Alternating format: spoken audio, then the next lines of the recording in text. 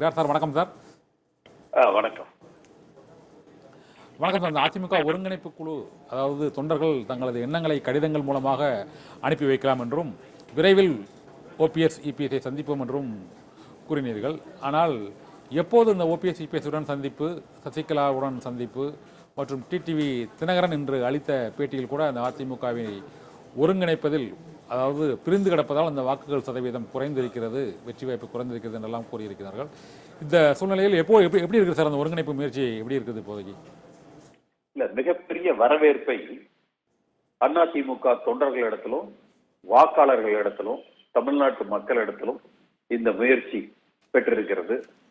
கடந்த 2-3 நாட்களாக சந்திக்கிற எல்லோருமே இப்படி ஒரு முயற்சி அவசியம், இது நிச்சயமாக வெற்றி பெறும், வெற்றி பெற வேண்டும், இதுதான் மீண்டும் ஆளுகிற கட்சியாக அதிமுக உருவெடுப்பதற்கு சரியான ஒரு வாய்ப்பு, இதை முன்னெடுங்கள் என்று ஒரு பேராதரவை அளித்திருக்கிறார்.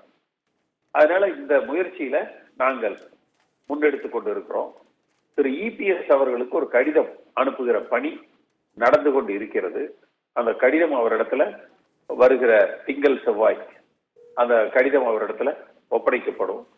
அவரை சந்திக்கணும், இது குறித்து அவரது கருத்தை அறிய வேண்டும் என்கிற அளவுல அந்த கடிதம் எழுதப்பட்டிருக்கும். அவரது கருத்தை அறிந்து அதன் பிறகு மற்றவர்களை சந்திக்கிற முயற்சி எடுக்கப்படும். தினகரன் பொறுத்த வரைக்கும் தான் இணைய மாட்டேன்னு சொல்லியிருக்காரு. அவரு ஏற்கனவே தனி கட்சி கண்டு இருக்கிறார். அவர் அமமுக என்ற ஒரு தனி கட்சியை நடத்தி கொண்டு இருக்கிறார்.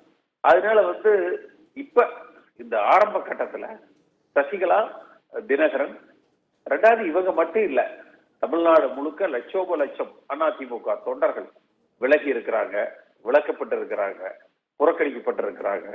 எல்லோரையும் கட்சியின் இந்த ஒருங்கிணைப்பு குழு கட்சிக்கு உள்ள அவர்கள் ஒருங்கிணைக்கிற பணியை செய்வோம், அதை செய்து கொண்டு இருக்கிறோம். அதிமுகவை பொறுத்தவரையில இப்போ கிட்டத்தட்ட ஒரு 7 தொகுதிகளில் டெபாசிட் இழந்திருக்கு. ஒரு 3 தொகுதிகளில் 4ஆம் இடத்துக்கு போயிருக்கு. ஆனால் எங்களோட வாக்கு சதவீதம் உயர்ந்திருக்குன்னு தான் இபிஎஸ் சொல்லிட்டு வர்றாரு. அந்த இபிஎஸ் இன்னும் அந்த ஒருங்கிணைப்பு முயற்சிக்கு சாதகமாக அவர் ஒரு பேட்டியோ இல்லை எதுவுமே தெரிவிக்கலை. இந்த சூழ்நிலையில் அவரை சந்திப்பதற்கான முயற்சி எதுவும் ஈடுபட்டீங்களா சார் இப்போதைக்குள்ள? அதாவது ஒரு 9-10 தொகுதிகளில் 2019 பெற்ற வாக்குகளை விட 2024 குறைவான வாக்குகளை அதிமுக பெற்றிருக்கிறது. அது என்னோட சமூக வலைதள பதிவுகளிலேயே நான் போட்டிருக்கிறேன். எந்தெந்த தொகுதியில குறைவான வாக்குகளை 2019 விட 24 குறைவான வாக்குகளை பெற்றிருக்கிறது. இது ஒன்று. இத சட்டமன்ற வாரியா கணக்கிட்டோம்னா 222 தொகுதிகள்ல திமுக வெற்றி பெறுகிற வகையில இந்த தேர்தலுடைய வாக்குப்பதிவு நமக்கு எடுத்து காட்டுது. அடுத்து விளவங்கோடு சட்டமன்றத்துல ஒரு இழி நிலைக்கு, நாம் தமிழரை விட கீழான ஒரு நிலைக்கு அதிமுக தள்ளப்பட்டு இருக்கிறது. பல தொகுதிகளில் டெபாசிட் வாய்ப்பை இழந்திருக்குது.